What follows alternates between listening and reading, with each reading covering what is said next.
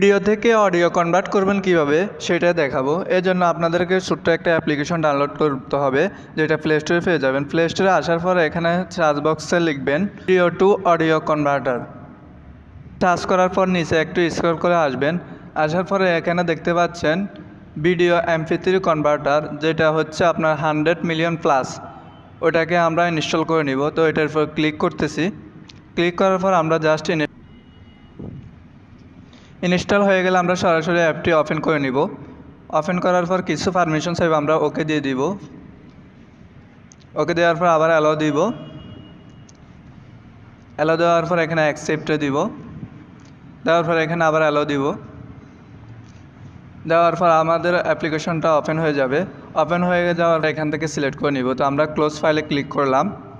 পর এখানে দেখতে পাচ্ছেন নিচে কনভার্ট অপশান আছে।